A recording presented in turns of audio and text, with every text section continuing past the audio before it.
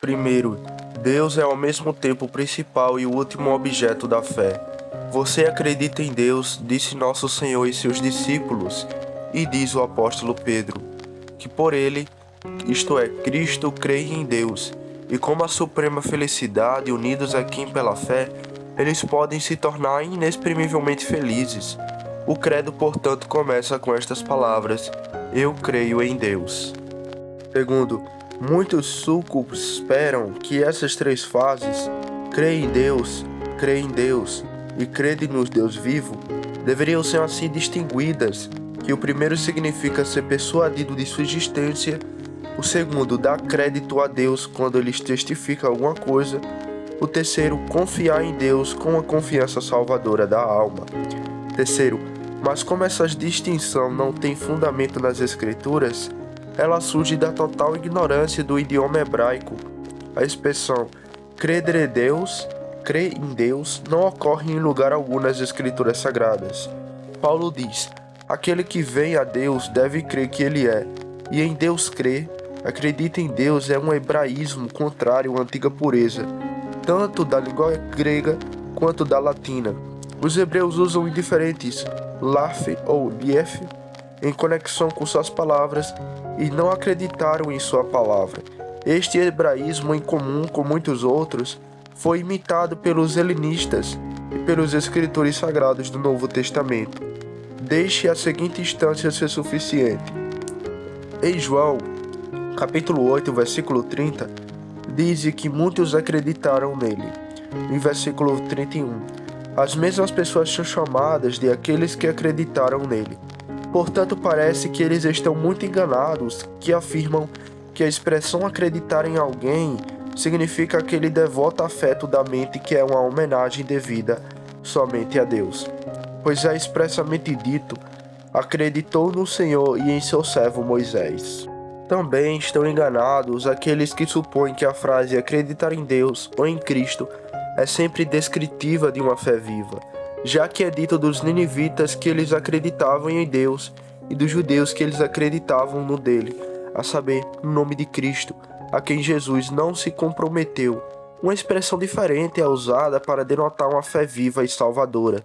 Em João capítulo 5, versículo 24, aquele que acredita naquele que me enviou, e no relato do carcereiro, quem acreditou em Deus, ambas as frases são usadas indiscriminadamente. Quarto ponto. Quando falamos de Deus, entendemos um ser infinitamente perfeito, pois é o Criador e Senhor de todos os outros seres. Esta é a ideia comum a todas as nações que expressam cada um em sua própria língua, sempre que fazem menção a Deus.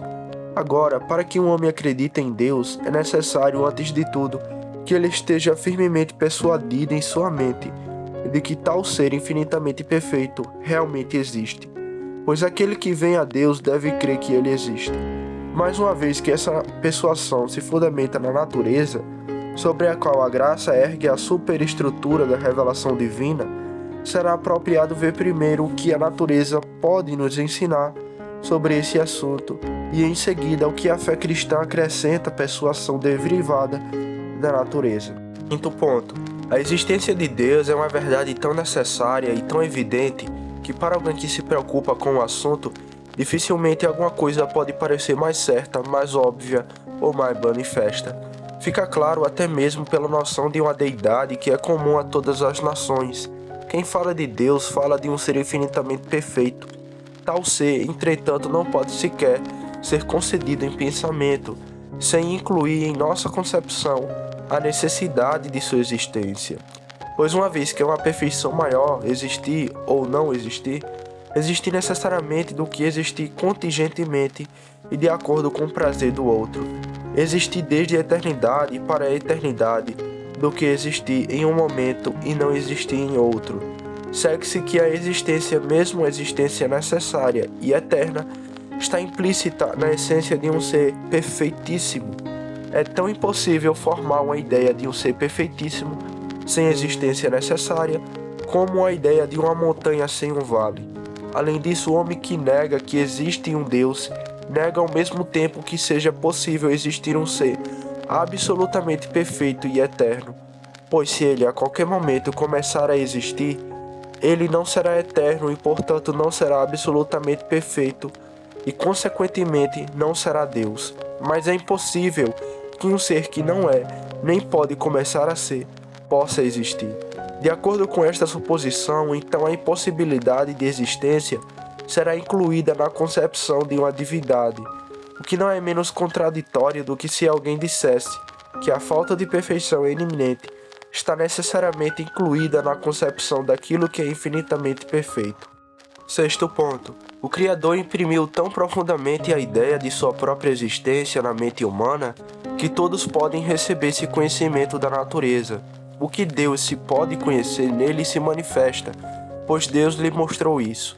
Isso é o que geralmente é chamado de conhecimento inato de Deus. Eusébio fala não de maneira imprópria das noções de cada um aprende de si mesmo, ou melhor, de Deus, que os bebês possuem o conhecimento real de Deus desde o ventre, o que é igualmente contrário à experiência universal e à palavra de Deus, que testifica que eles não podem discernir entre a mão direita e a esquerda. Seria entendido tão vagamente como se Deus apenas dotasse os homens com a capacidade de conhecer a si mesmo. Desde que as provas de sua existência fossem claramente propostas e apresentadas a eles, ou desde que cada um fizesse um uso correto de sua capacidade nas investigações dessas provas, como se o conhecimento da existência de Deus não pudesse ser alcançado sem esforço laborioso, mas pretendemos que Deus tenha imprimido tão profundamente os traços de si mesmo nas partes mais íntimas da mente, que o homem, depois de ter chegado ao uso da razão, não pode deixar de pensar frequentemente em um Deus, e é apenas fazendo violência a si mesmo que ele pode expulsar tais pensamentos de seu peito. Sétimo ponto. Maximus Tyrus, o filósofo platônico, tem a seguinte bela frase em sua primeira dissertação: próprios olhos e ouvidos mutilados em sua própria alma, um tipo de homem brutal e inútil, não menos destituído da glória distintiva de sua espécie do que um leão sem coragem, um boi sem chifres ou um pássaro sem asas. De mesmo esses homens você aprenderá algo sobre uma divindade, pois apesar de si mesmo, ambos sabem e expressam algo sobre esse assunto. Juliano, também ímpio como era, expressa-se igualmente bem da seguinte forma: todos nós, antes de recebermos instruções, estamos convencidos que existe uma divindade e que para ele devemos olhar, para ele devemos nos apressar. Nossas mentes estão inclinadas para ele da mesma maneira, eu acho, como nossos olhos para a luz. Oitavo ponto. Este argumento é ilustrado pelas operações da consciência que de maneira convence os homens da existência de Deus. Primeiro, como é o representante de Deus e o depositário de suas leis no seio humano, inculca em nome de Deus o que deve ser feito e o que deve ser evitado.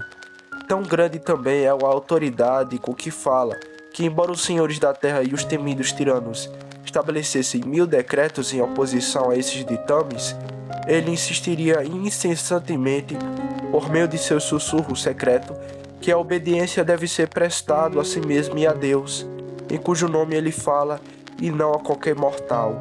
Ele diz de forma concisa e com a dignidade digna de um legislador: a submissão universal é devida a mim e a Deus, e teu nome em teu lugar.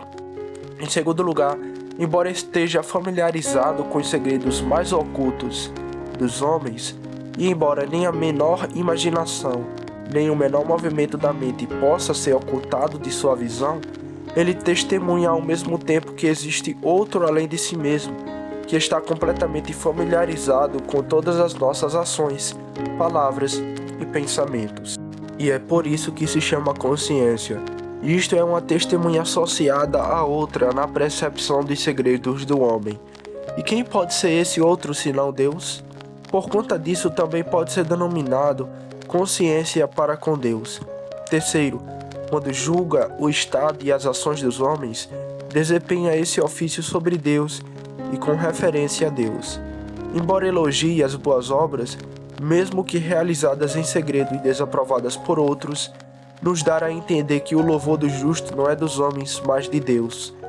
Deliciosa tranquilidade, e em peculiar quando faz abundar sua paz nos momentos finais. mostra que Deus é o recompensador daqueles que o servem. Quando ela reprova, acusa, condena, pune e flagela um homem sem misericórdia por seus atos perversos. Embora esteja dentro do homem, de fato uma parte dele ela permanece. No entanto, do lado de Deus, nem considera o grau de tormento que o homem pode sofrer com seu testemunho. Não, embora seja 1000 vezes ordenado a manter o silêncio, embora seja tratado com violência, embora seja quase rígido e queimado como ferro quente, ainda assim se levanta novamente e pressiona fortemente seu testemunho, desafiando as lutas dos culpados. Quarto, em meio a todas essas operações, convoca o homem ao tribunal de Deus e sugere que todas as coisas devem ser reanexadas e o julgamento mais exato deve ser feito em cada ação. E de acordo com a sentença que pronunciou aqui, faz com que ele entre na presença de Deus com confiança ou trema com o pensamento de aparecer diante dele. Tal também é a energia que exibe, que não se deixará impedir nessas operações por qualquer poder criado. Se nosso coração nos condena, Deus é maior que nosso coração e conhece todas as coisas. Amados, se nosso coração não nos condena, então temos confiança em Deus. Paulo nos dá um resumo conciso da maior parte dessas operações, quando ele diz sobre os gentios: estes, não tendo lei, são leis para si mesmos, os quais mostram a obra da lei escrita em seus corações e também sua consciência, dando testemunho, e seus pensamentos enquanto acusando ou então desculpando um ao outro. Nem são esses os terrores de mentes fracas que os mais fortes podem facilmente iludir. A consciência muitas vezes restringe e intimida os mais ousados, e o persuadir mais ousado, embora possa assumir a aparência de esperança em seu semblante, apenas esconde a dor que perfurou profundamente seu coração. O riso de tais transgressões audaciosos é meramente contido, enquanto eles sentem a ponta da picada por dentro. Nono ponto. Esta faculdade da consciência, porque tão poderosamente manifesta Deus ao homem, faz tudo em seu nome, refere-se a ele, em resumo, atua como parte de seu vice-regente na alma, foi chamada de Deus pelos pagãos. Por isso Menandro diz: nossa mente é Deus. O velho escritor expressa mais claramente assim: em todos os homens a consciência está no lugar de Deus. Mas a seguinte passagem de Epicteto é particularmente digna de nota. Não sabes que nutrem um Deus? Que dás exercício a um Deus? Não carregues Deus contigo, miserável. E não sabes disso? Você imagina talvez que me refiro a algo externo, feito de ouro ou prata. Deixe-me dizer-lhe que você o carrega dentro de seu peito. Mas enquanto o próprio Deus está presente dentro de si, e vê e ouve todas as coisas, você não se envergonha, como se insensível à sua própria natureza e hostil a Deus, para pensar em fazer estas coisas? Pela mesma razão, Platão diz: ele chamou misticamente aqueles ateus que corrompem o Deus que habita neles, isto é, razão. 10º ponto. A mente também que atende a si mesma não pode ignorar que, assim como foi feita por Deus, já que é claro e evidente para a mente que ela não consentiu por sua própria vontade e por conselho deliberado em habitar este corpo que ela carrega, nem forma um corpo para si mesmo, nem submetê-lo à sua autoridade, nem mesmo sabe como os membros corporais em sujeição a ela são movidos de acordo com sua vontade. Nem existia em nenhum outro lugar antes de se alojar no corpo, nem se tornou o que é pela invenção ou poder dos pais, nem é capaz de fornecer a si mesmo o que percebe ser necessário para seu bem-estar, nem pode encontrar em si a causa de sua existência. É forçado a reconhecer que foi criado, que portanto é propriedade daquele que o criou. Isso não pode ser outro senão Deus. E como foi feito por ele, segue-se necessariamente que também foi feito para ele. O olho está adaptado para a luz, o ouvido para os sons, a língua para a fala e a fala para a interpretação da mente. Para o que a própria mente está adaptada? Para um objeto certamente que pode preenchê-lo, um objeto cujo conhecimento pode torná-lo sábio, cujo amor pode torná-lo sagrado, cujo gozo pode torná-lo feliz. para um objeto melhor do que ele mesmo, mais nobre do que todas as coisas criadas e amplamente suficiente para satisfazer suas capacidades ilimitadas, para um objeto, em suma, que é nada menos que Deus. A mente humana, desde que apenas dê atenção ao assunto, deve perceber claramente que se nenhum objeto como este existisse, ele nunca poderia ter existido, ou se existisse, deveria ter existido em vão e sem propósito adequado. Esse homem oferece violência à sua própria mente, que não diz: onde está Deus, meu Criador, que dá canções à noite? 11º ponto.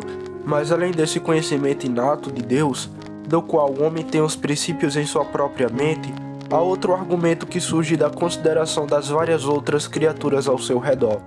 Uma vez que estes são incapazes de garantir a continuidade de sua própria existência, é manifesto que eles não foram feitos por si mesmos, e se os mostraram, particularmente, através das segundas causas de seu ser, tão longe quanto nossa mente é capaz de nos conduzir. Devemos chegar finalmente à primeira causa, a quem aqueles que supostamente são as primeiras das criaturas devem o começo de sua existência, e em cuja eternidade, como ele existe necessariamente por si mesmo e sem começo, todos os nossos pensamentos são engolidos como em um abismo imensurável. As Escrituras Sagradas nos instruem em inúmeras passagens que a existência do Ser Supremo pode ser inferida, por argumentos incontestáveis da contemplação das criaturas. Uma passagem muito enfática nesse sentido ocorre em Jó capítulo 12, versículos 7 ao 9. Mas pergunta agora aos animais, e eles te ensinarão, e às aves do céu, e elas te contarão. Ou fala com a terra, e ela te ensinará, e os peixes do mar te contarão. Quem não sabe em tudo isso que a mão do Senhor fez isso? Aqui somos instruídos a realizar uma conferência com as criaturas, para que possam nos instruir a respeito do Criador. Essa conferência não pode significar senão uma consideração atenta das criaturas em sua origem, em sua natureza, em suas capacidades, em suas operações, em sua ordem e subserviência uma das outras. Na lei a que estão sujeitas, que é inviolável, mente sobre observando a preservação do tudo. A resposta que eles dão à doutrina que eles desdobram é a demonstração da divindade. Eles não tinham poder para produzir a si mesmos, e ainda agora não têm poder para se sustentar no ser, muito menos para se governar com tanta sabedoria, que cada um em sua própria esfera deveria possuir o que é suficiente para a continuação da sua própria existência, e ser adaptado para ajudar os outros e para servir a todo o universo, como é mais criterioso organizado em uma família e estado. Foram originalmente criados, então eles ainda são dirigidos pela mão de um Deus infinitamente sábio, bem como infinitamente poderoso. Observe-se também que esta conclusão não é atribuída a nenhuma tradição recebida dos pais, mas àquela mesma instrução que as próprias criaturas fornecem, independente de toda a tradição humana. 13º ponto. Não menos convincente é o testemunho que temos no Salmo 19, verso 1 ao 4, que explicarei por uma parafrase curta. Os céus declaram a glória de Deus, pois eles são seu trono que ele moldou curiosamente, e que testemunham seu poder, majestade e magnificência. E o firmamento mostra seu trabalho, proclamando que foi ajustado apenas por sua palavra, que as coisas abaixo podem ser apropriadamente e comodamente unidas às coisas da cima, e que as coisas terrestres podem ser mantidas pela influência das coisas celestiais, comunicando-se por meio do firmamento. Dia a dia fala, e noite a noite ensina o conhecimento.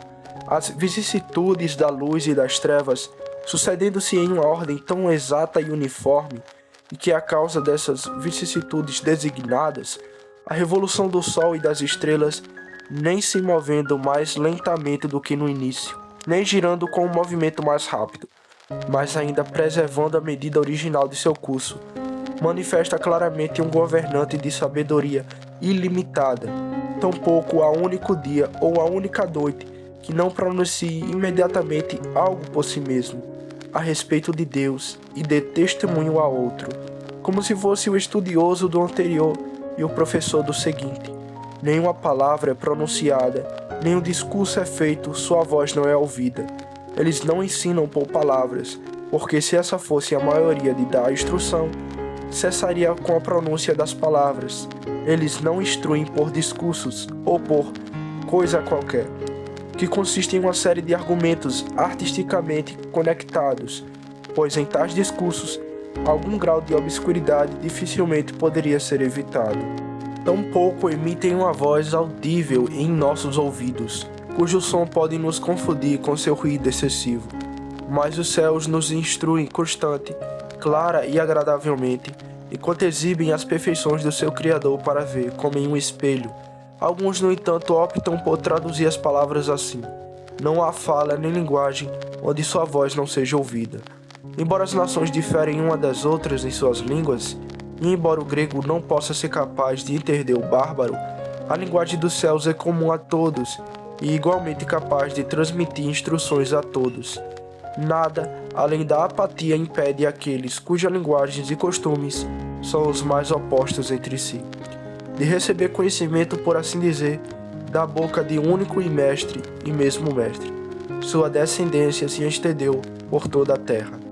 A maneira pela qual os céus ensinam tem semelhança com o método dos professores, que instruem os meninos nos primeiros princípios da literatura por meio de figuras que eles desenham para seu uso, pois os luminares do céu, pelos raios que eles lançam, foram linhas e, por assim dizer, primeiros princípios, que, sendo mutuamente combinados e conectados de maneira variada, compõem um livro inteiro de sabedoria.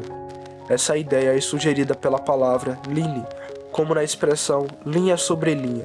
Pode-se observar também que há pouca diferença entre este termo hebraico e o grego, cronos, usado pelo apóstolo, pois kiorse significa não apenas um som, mas também uma letra, como em Plutarco, em Fábios, do que escapula notou em seu lexicon. Esta linha então saiu por toda a terra e suas palavras até o fim do mundo. Toda a humanidade, quer habita em regiões cultivadas, quer as partes mais desertas e insultas da terra, são instruídas por este preceptor. Não há quadrante no mundo em que não se completem as figuras do céu, que são tantas provas das perfeições divinas. 14º ponto. Embora esta exposição da passagem seja ao mesmo tempo simples, consoante com as palavras e digna das perfeições divinas, Socinos afirma preservamente que aqui é dado como certo, que não é evidente pela contemplação dos céus que eles foram criados por Deus. Ele nega que eles proclamam a glória de Deus para qualquer um, exceto para aqueles que foram previamente persuadidos, por outros meios, da existência de Deus e da criação do mundo. O que também é dito sobre a linhagem dele saindo para toda a terra, ele restringe apenas a Judéia, acrescentando a confirmação desse sentido.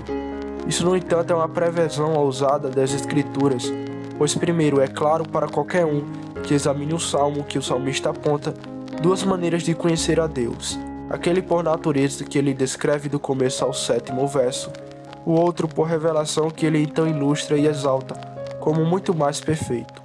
Ele também não apresenta o último como fundamento do primeiro, mas o primeiro como fundamento do último. Em segundo lugar, as palavras do Salmo não podem suportar a interpretação de Socinos, que coloca sobre elas, a saber, o firmamento mostra a natureza e o tipo de obra, ou celebra a obra. Mas eles devem ser interpretados assim: o firmamento mostra o trabalho de suas mãos, isto é, proclama-se a obra da onipotência divina. Nesse sentido, diz que os céus, o sol, a lua e todas as estrelas brilhantes louvam a Deus, porque, como todos foram criados sob seu comando, fornecem aos homens a matéria e o terreno mais abundante para a celebração de seu louvor.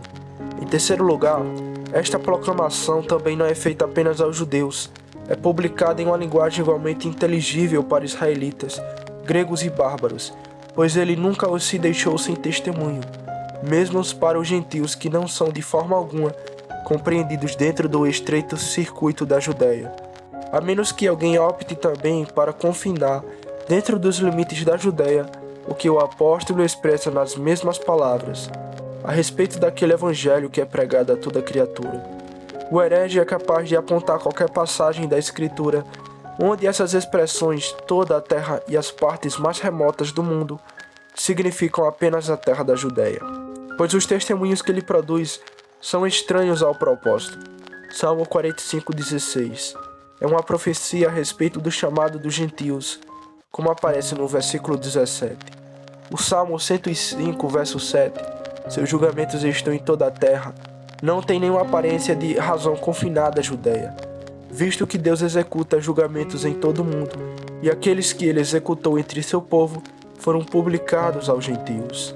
O herege confere erroneamente os julgamentos das obras de Deus com os julgamentos de sua lei, que sobre a antiga dispensação foram divulgados apenas aos israelitas, embora devamos conceder que a Judéia às vezes seja chamada de toda a terra. Ainda assim, os confins do mundo habitável nunca se limitam a um ponto tão insignificante da terra. As palavras do Salmo 2, verso 8, não se refira ao reino de Davi, mas ao reino de Cristo, a quem todo o poder é dado no céu e na terra, cujo domínio será o mar de mar a mar e do rio até os confins da terra. Embora esse fosse o significado da expressão em algumas outras passagens, ainda assim não pode ser entendido aqui, já que o assunto tratado nessa passagem é toda aquela terra onde a linha do sol é contemplada, onde os raios gloriosos são vistos, onde seu calor amadurecido é sentido. 15º ponto. Podemos acrescentar que na realidade, se não tivesse sido verificado há muito tempo que esses pervertedores mais ousados e mais audaciosos da Escritura estão perdidos em toda emoção de vergonha, eles devem ter sido desconcertados nessa ocasião pelos mais inteligentes entre eles, um grande número dos quais confessa que foram estimulados e compelidos a reconhecer uma deidade, puramente pela consideração dos céus, das estrelas e da ordem que é observada no universo. A expressão de Platão é bem conhecida: os céus nunca cessam de destruir a humanidade. No mesmo sentido são as seguintes palavras de Lúcio em Cícero: e contemplou os corpos celestes como se houvesse uma deidade possuidora das mais consumadas sabedoria. Por quem eles são governados? E novamente um pouco depois: se alguém duvida disso, não sei por que ele também não pode duvidar da existência do Sol, pois o que pode ser mais evidente? Citarei outra passagem de Cícero: quem é tão estúpido e apaixonado, a ponto de não perceber depois de ter olhado para o céu que existem deuses ou atribuir à operação do acaso obras que descobrem tão grande inteligência que quase nenhum pode-se, por qualquer arte, traçar sua ordem e suas revoluções. Mas por que instinto nas convicções e declarações de indivíduos? Zaleuco, o legislador dos Lócrios, por uma lei que ele promulgou, obrigou todos os seus concidadãos a reconhecer uma divindade, a partir da contemplação dos céus. De acordo com o testemunho de Diocórios, Zaleucus, tendo sido escolhido pelo povo para formular as leis e tentando confirmá-las por novas ações, começou por dirigir sua atenção aos deuses celestiais. No início do preâmbulo de todo o código que ele diz que os habitantes da cidade são obrigados, antes de tudo, a acreditar e ser firmemente persuadidos de que existem deuses. E tendo considerado atentamente os céus e sua surpreendente magnificência e ordem, para concluir que eles não são nem a produção de acaso, nem obra do homem. 16º ponto. Além disso, onde podemos encontrar uma confirmação mais impressionante da doutrina que agora estamos ilustrando, do que a seguinte expressão notável de Paulo? Porque as coisas invisíveis dele, desde a criação do mundo, são claramente vistas, sendo compreendidas pelas coisas que são feitas, até mesmo seu eterno poder e divindade. Aqui observe primeiro o que a respeito de Deus o apóstolo afirma ser conhecido. Em segundo lugar, de que maneira é conhecido, a partir de que horas. Quarto, de onde esse conhecimento é derivado. 17º ponto. O que é conhecido a respeito de Deus? O apóstolo, em primeiro lugar, mostra em geral que são suas coisas invisíveis, pois é um dos princípios fundamentais da religião, que Deus é um espírito, bastante distinto de toda a massa da matéria e invisível a todos os olhos. Ele então presta atenção especial ao que está incluído nessas coisas invisíveis. Primeiro, seu poder, que por seu próprio fiel simples, sem nenhuma ajuda, sem nenhuma vantagem, decorrente de matéria pré-existente, ou seu mero bom prazer, faz com que todas as coisas existam e continuem existindo, enquanto Ele quiser. Segundo, sua eternidade, que não tem começo nem fim de dias, nem nada que corresponda à sucessão do tempo. A menos que Deus existisse desde a eternidade, Ele não poderia ter existido, pois aquilo que não existiu desde a eternidade, nem é capaz de ser produzido, não tem existência. Mas que Deus é produzido é uma ideia totalmente repugnante a todos os ditames da razão. Um ser também não teve começo, não pode ter fim, pois ele possui em suas próprias perfeições a causa de uma existência necessária. Aristóteles disse em algum lugar com precisão: a existência necessária e a eternidade são inseparáveis uma da outra. Além disso, a menos que Deus fosse eterno, ele não poderia ser o Senhor do tempo e o organizador das estações. Sinécio, portanto, tem a seguinte elegante expressão em seu terceiro hino: Tu que és a mente eterna, és a raiz do mundo. Terceiro, sua divindade, que aqui significa as perfeições e excelências de Deus, em particular, sua autossuficiência e independência absoluta, e também a relação em que ele se coloca para com as criaturas, como o Senhor de todos e, portanto, com direito ao amor e ao serviço de todos. 18º ponto. Em segundo lugar, de que maneira essas coisas são conhecidas? Elas são claramente vistas pela mente. Primeiro, embora não sejam perceptíveis aos olhos do corpo, elas são perceptíveis à mente e à alma. Para a mente, no entanto, que dá atenção, os considera não a mente que se resigna à estupidez e ao troco, ou que impiedosamente exclui a luz e se entrega a uma cegueira voluntária. Segundo, pela mente eterna.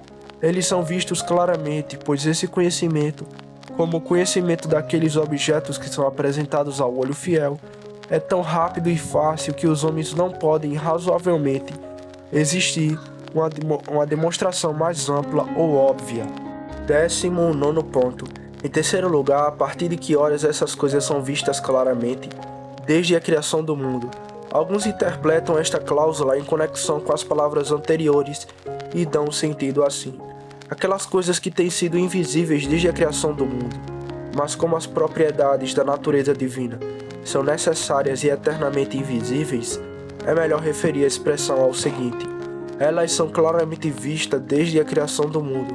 Isso novamente é suscetível de dois sentidos. Primeiro, pode denotar a fonte do conhecimento, como se o apóstolo tivesse dito, da consideração da criação do mundo, como nestas palavras: pelos seus frutos os conhecereis. Segundo, pode-se respeitar o horário. O apóstolo pode sugerir que essas perfeições de Deus foram exibidas à humanidade desde que o mundo existe e é habitado pela raça humana. 20º ponto. Quarto, de onde enfim os homens podem derivar o conhecimento dessas perfeições? Das coisas que são feitas. As obras de natureza que nossos olhos contemplam testemunham a respeito de si mesmas, que são coisas feitas, isto é, que têm uma causa, um criador, um arquiteto. Assim eles nos levam ao Criador de tudo, que embora seja totalmente livre das imperfeições das criaturas, possui todas as suas excelências em um grau supereminente. 21º ponto. A maneira como Socinos preverte as expressões do apóstolo nessa passagem é verdadeiramente surpreendente. Por coisas invisíveis de Deus, ele entende os mistérios do Evangelho, que se diz, mantidos em segredo desde a fundação do mundo. Sua divindade eterna, ele afirma ser aquilo que Deus constantemente deseja que façamos. Nesse sentido, diz ele o termo divindade empregado em Colossenses 2:9, seu poder eterno, as promessas que nunca falharão. Nesse sentido, Paulo havia dito em um versículo anterior do capítulo que o Evangelho é o poder de Deus. Finalmente ele se refere às coisas que são feitas, aos milagres realizados por Deus, por Cristo e pelos apóstolos. 22º ponto.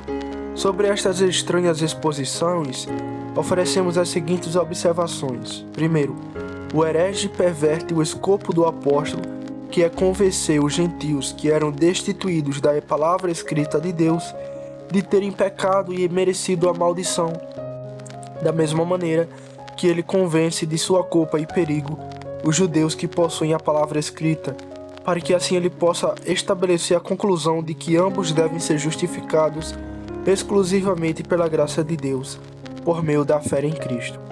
É manifesto, portanto, que o apóstolo aqui considera os gentios como em estado da natureza, nas trevas do paganismo, ainda não iluminados pela pregação do Evangelho.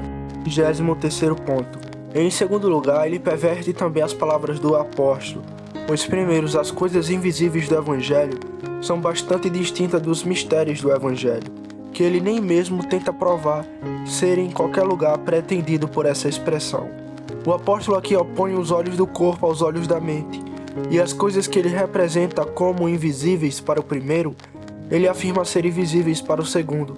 Como em outros lugares, ele fala do Deus invisível. No que diz respeito a Mateus 13:35, temos aí outra expressão e um assunto extremamente diferente, e essa palavra de Cristo, portanto, é aduzida indevidamente para ilustrar esta passagem de Paulo.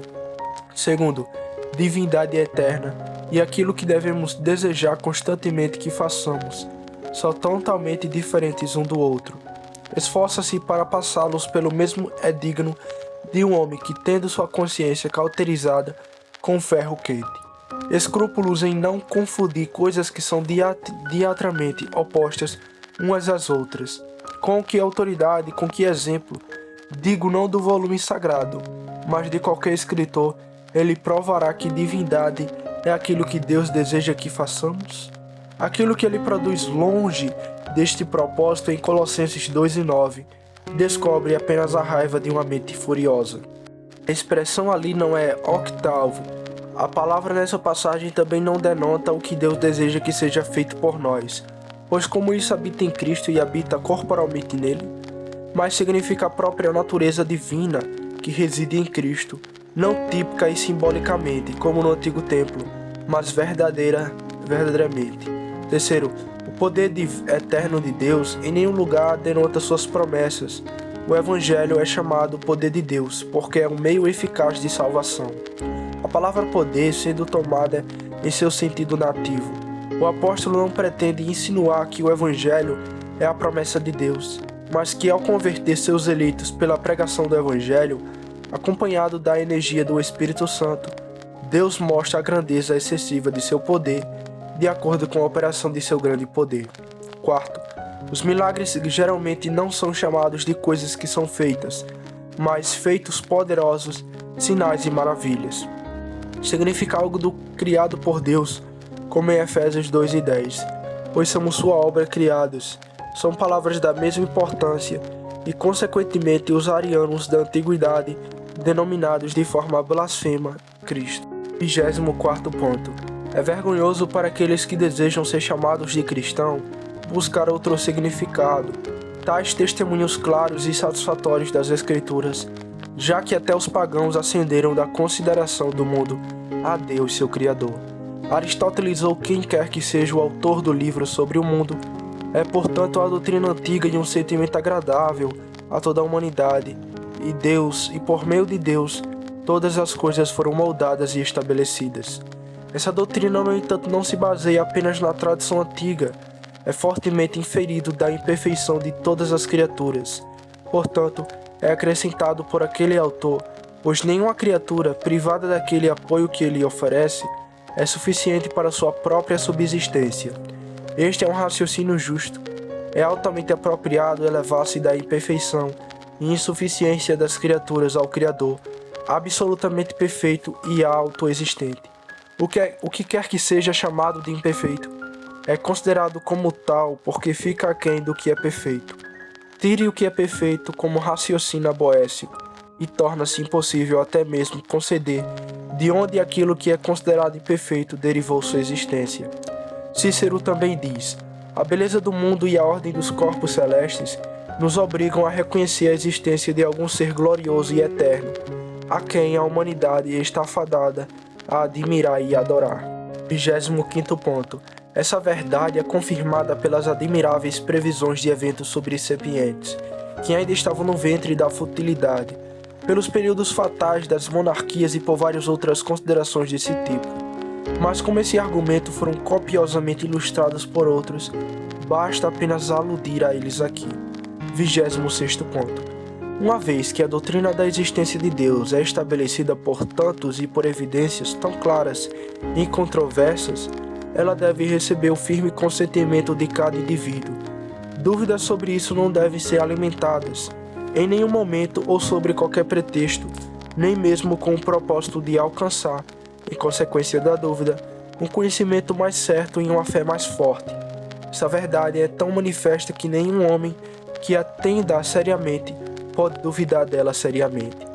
Aqueles que antigamente eram chamados de ateus eram ao mesmo tempo muito pouco e geralmente homens de caráter perdulário, cujo interesse era que Deus não existisse.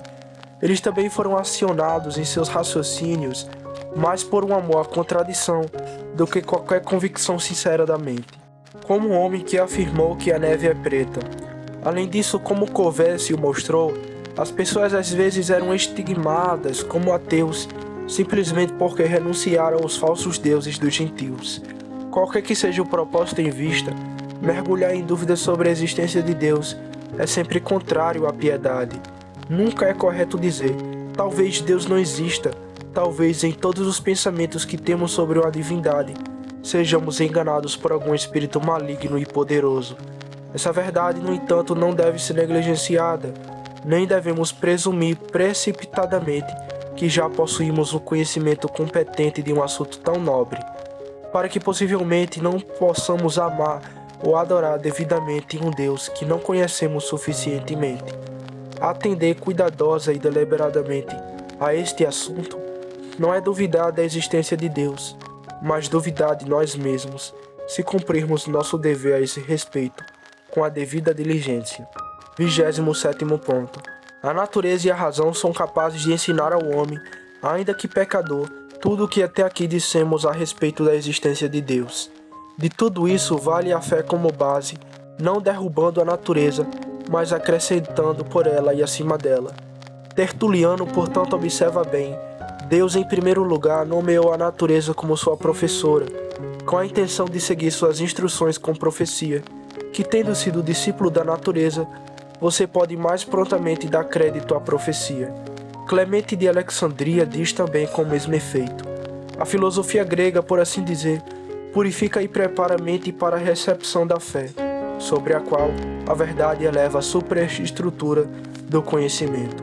Nesse sentido, podemos desculpar sua expressão em outro lugar, onde ele chama a filosofia natural a base da filosofia cristã. Vejamos agora o que a fé cristã acrescenta a essa persuasão natural sobre a existência de Deus. 28º ponto. Primeiro, ele dispõe a observar com atenção as provas de uma divindade que cada parte da criação oferece. Pela fé entendemos, observe e considere. Muitas coisas que podem ser conhecidas por Deus e que são colocadas na luz mais clara são negligenciadas pela generalidade dos homens, seus olhos sendo cegados. Nesta preocupação, a maior parte da humanidade é fria e entropecida, e portanto eles descansam em uma noção simples da divindade, ou se descem um pouco mais fundo na contemplação de seu caráter, ficam satisfeitos com escassos elementos de verdade, que poluem por uma grande mistura de erros, de modo que, embora pareçam sábios e deem indulgência aos seus próprios raciocínios, são na realidade tolos. Aqueles em particular que, instigados pela fúria de uma mente perversa, desejam que Deus não exista, cujo caráter, como vingador de crimes, ele não pode ignorar. Se esforçam para suprimir todos os pensamentos de uma divindade que nunca são bem-vindos aos seus corações. De tais pessoas, diz o apóstolo, eles não gostavam de reter Deus em seu conhecimento. Isto é, como Teotifalo explica, eles rejeitaram o conhecimento de Deus. Isso, como observa Crisóstomo, foi da parte deles não um pecado de ignorância, mas um pecado voluntário. Era da mesma natureza do pecado daqueles que dizem a Deus: afasta-te de nós, porque não desejamos o conhecimento dos teus caminhos.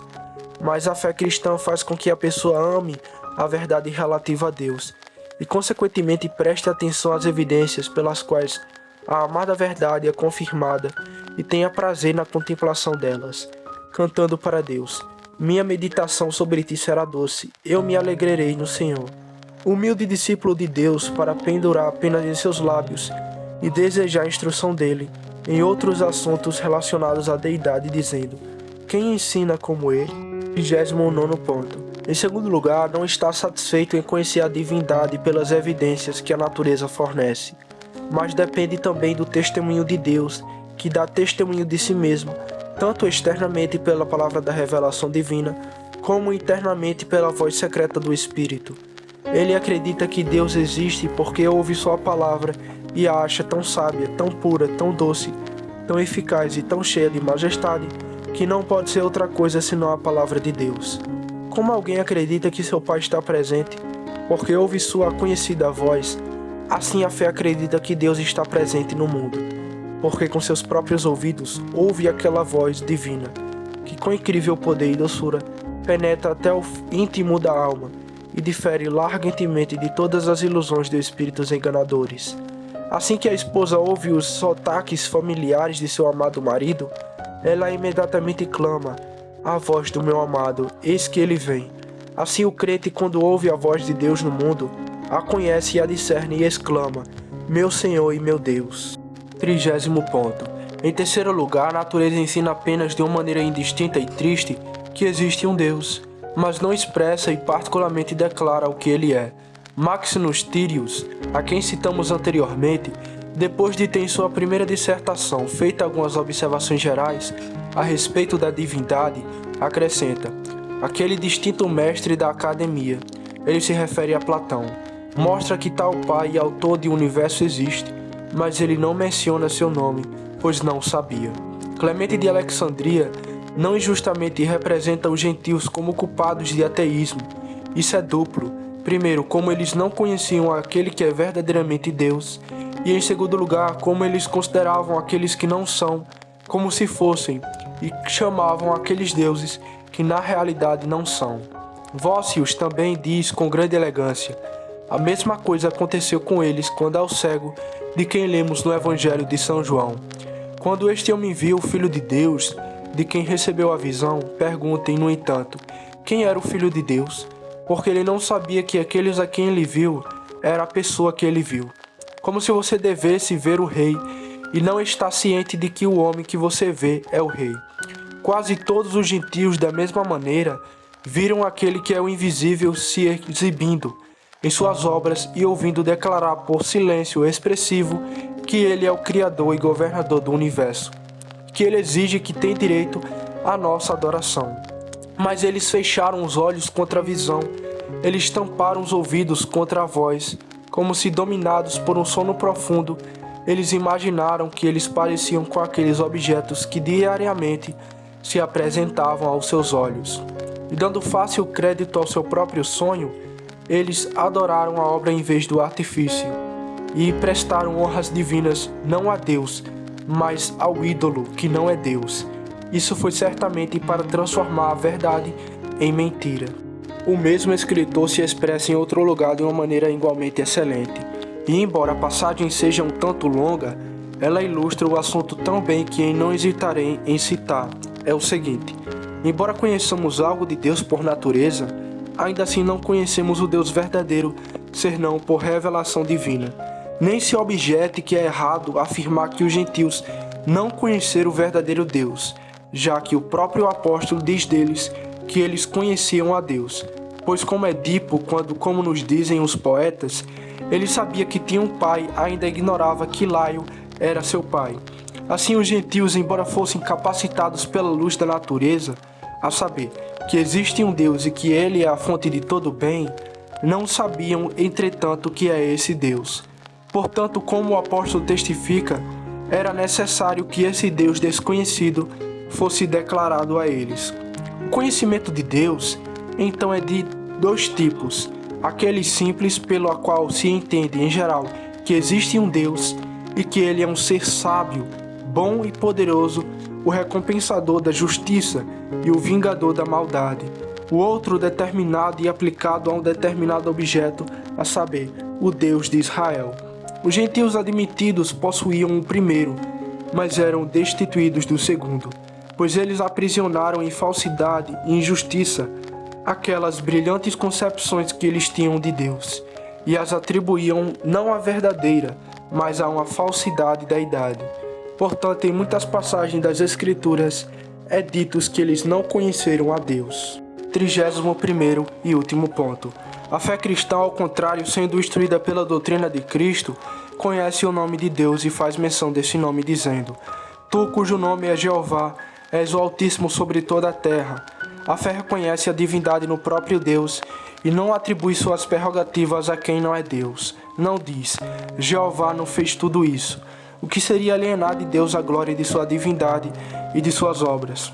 A fé sabe distintamente que só Ele é Deus, que se manifestou aos nossos primeiros pais no paraíso e depois, em diversas ocasiões, de várias maneiras, aos patriarcas e profetas, e finalmente condescendeu em fazer uma aparição visível na pessoa do Filho, vestido com carne humana.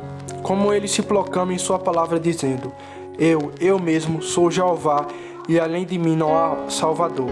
Então a fé concorda com esta declaração e responde: Tu mesmo és Jeová, sozinho. Tu fizeste o céu, os céus dos céus, com todo o seu exército.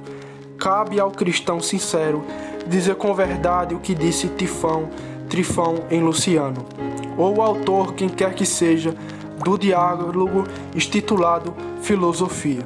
Tendo descoberto o Deus desconhecido de Atenas, nós o adoramos e com as mãos estendidas para o céu, rendei graças ao seu nome.